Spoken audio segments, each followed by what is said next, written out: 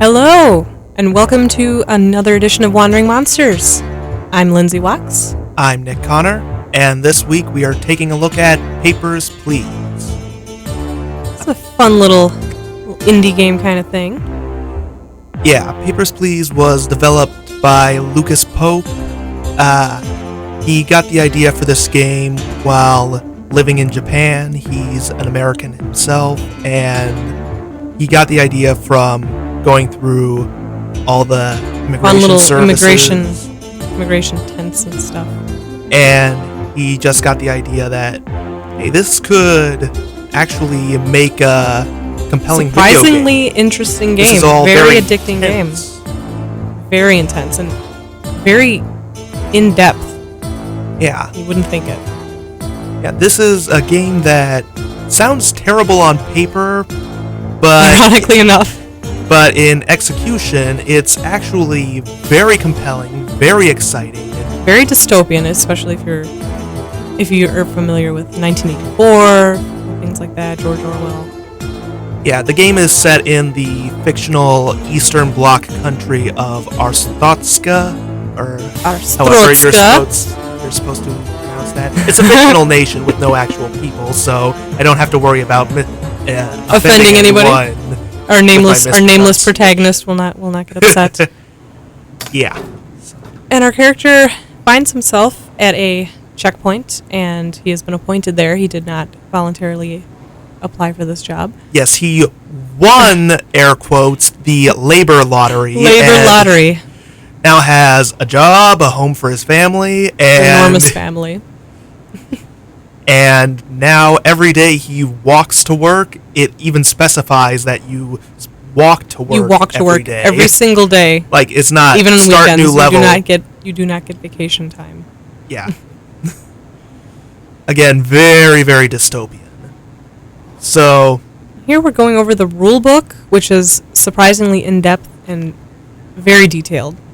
Takes a long time to get through, and you have to learn a lot very quickly. Yeah, there is a lot of information you got to keep up with in this game.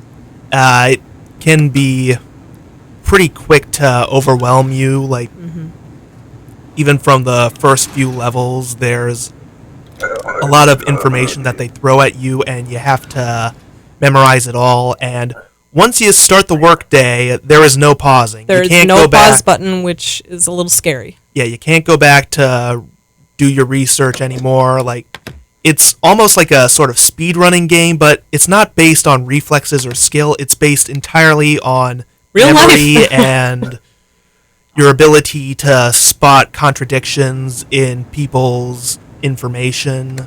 You have to be very, very attentive to detail immediately in this game. It does not give you a lot of time to learn or adapt, and it's quite brutal, but it does keep it very interesting, and that's what keeps the game moving very quickly. You'd think that a game like this would drag on and just be very dull, but it's not at all. It immediately just starts evolving and changing, and you have to evolve right along with it, or you're going to be overwhelmed, and you're not going to get your salary because you get paid for each person that you either approve or deny to come into the country. And there are a lot of major fees with every day, like as you can see right here, like just basic fees for one day basically wipe out pretty much all of our savings and daily paycheck. So, and nobody else in your family works. Your mother-in-law, your wife, your son, and your uncle do not work. So it's all on you. You gotta bring home that bacon. Yeah. Lots of bacon. We're going now into day 2, which is level 2. Each day is a level. And immediately we find out, you now have to check extra paperwork because foreigners cannot just come in as they please. Yeah, and you have this inspect mode, so when something's not in order, you can ask someone about it. And you're going to want to double check things because you're not going to want to just immediately deny if they don't have their things quite in order, because it may be that they did have what they needed, they just forgot to hand it to you, and that could cost you potential. You get a citation. As we see there, you can get citations from anything from an expired passport to the gender not matching up. Or even just having the wrong word in the gender. I once got a citation, like, it said under sex, it said female. What it's supposed to be is either an M or an F, not a full word. Mm-hmm. And for not spotting that, I got a citation. You also get people trying to bribe you. Yeah. You get a lot of bribes for... the local brothel, as it were. Which is actually very useless, surprisingly. Because I don't know what you're supposed to... You can't go anywhere. You have to go home after... You can't just go there. Yeah, there's no, like, brothel minigame. They just hand you a coupon for that you can never redeem. Oh, hooray. It goes among the fast collecting clutter. And you'll notice there another citation, and that was because I denied someone who did have their stuff together. All of a sudden, oh no, where is he going? Where did that come from? Every now and then you get a scripted cutscene like this. The terrorist bombing that plays out right as you in real time, right above you, which is very cool. Yeah, it's very low detail, but still very graphic in its own way. It is a graphic game. You can turn off. I don't remember if there's a toggle for the violence, but you can turn off nudity when it does. Yeah, appear. Like later you get like an X-ray machine. You basically turn into the TSA, and yes, quite advanced for 1982. And we see that suddenly we have no money at all. It's day 2. We have no money. Yeah, everybody's sick and hungry. This is brutal. And here we're cutting straight to the game over. Like day 7 did not take very much time at all. Just 1 week. Look at all those expenses, and look how much money I have. None. Yeah. Your savings is gone. Your uncle is dead. And within a like week. Right after this, everyone else dies, and I get game over.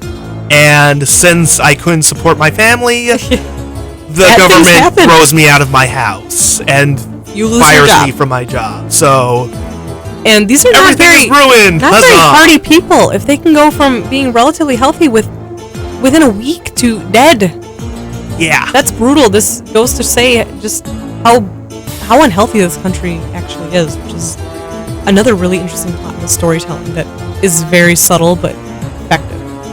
All right, your entire family is gone. Yeah, there they go. And now that your family is dead, you lose your job and your home and everything. You are now a hobo. Congratulations.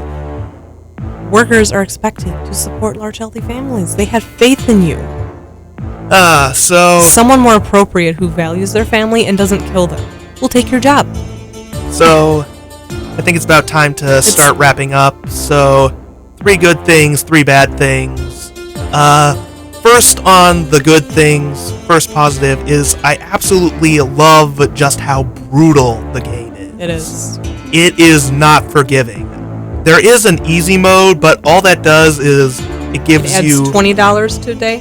Yeah, it gives you an extra $20 for each daily salary, which takes care of your rent, which is the one expense you have to pay every day.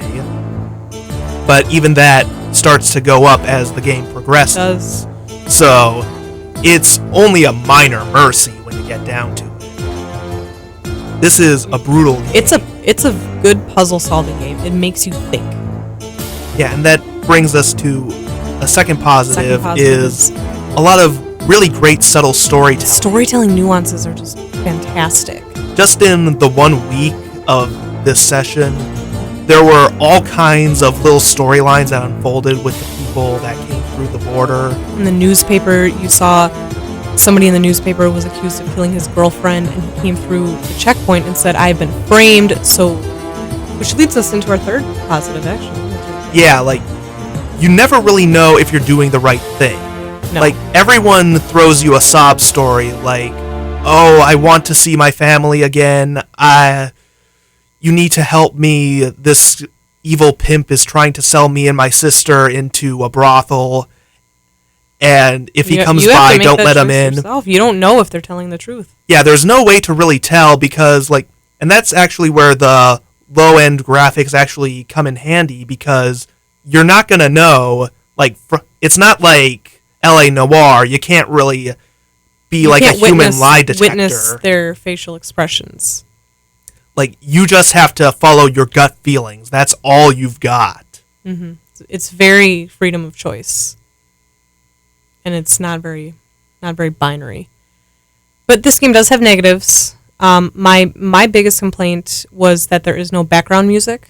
And I feel that with a game, the graphics they do their job, but they leave room. There could be background music throughout the whole thing. Even just a little bit, I think, would enhance the whole gameplay feeling, and it would be much more immersive. There is the main theme, which is awesome, but it only plays it's fantastic, in between. And I wanted more of that. Yeah, it plays in between the gameplay, but during the actual game, all you have are sound effects, and that's it. Yeah, it's a very quiet game.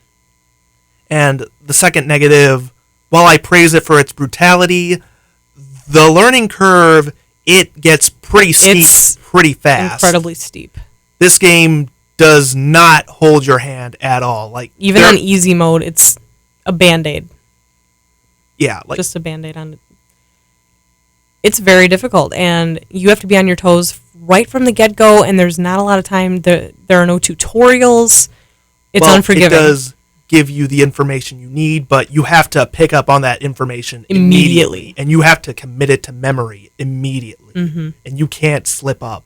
Well, you do get like 2 free citations a day where it's just a warning, quickly. But you make mistakes and they're going to add up, and you can't afford to pay the penalties that come with that. Nope.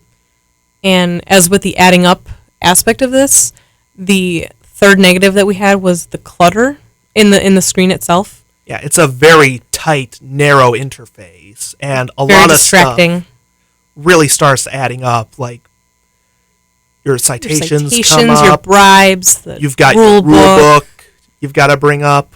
It gets quite messy, and when you're trying to operate so quickly, it's very distracting. And I don't feel that it needs to be. It's just kind of a hindrance. Yeah.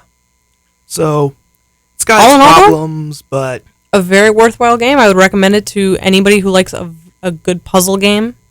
Yeah, highly recommend it. It's a very different kind of game. Like, you don't see games with this kind of narrative to it. No. And it's also a very different kind of gameplay experience. Like, it's kind of like a speedrunning kind of game, but it's not based on reflexes or anything. It's based entirely on your ability to process information, which is your very hard to do in a speedy manner. So definitely recommend you give it a try. It makes you think, too. It's very, very compelling emotionally. Mm-hmm. That's about all the time we've got, so we'll see you around another time. Next week with Wandering Monsters. It's been lovely. Thanks for listening. I'm Lindsay Walks. I'm Nick Connor. See you later. See you around. Bye.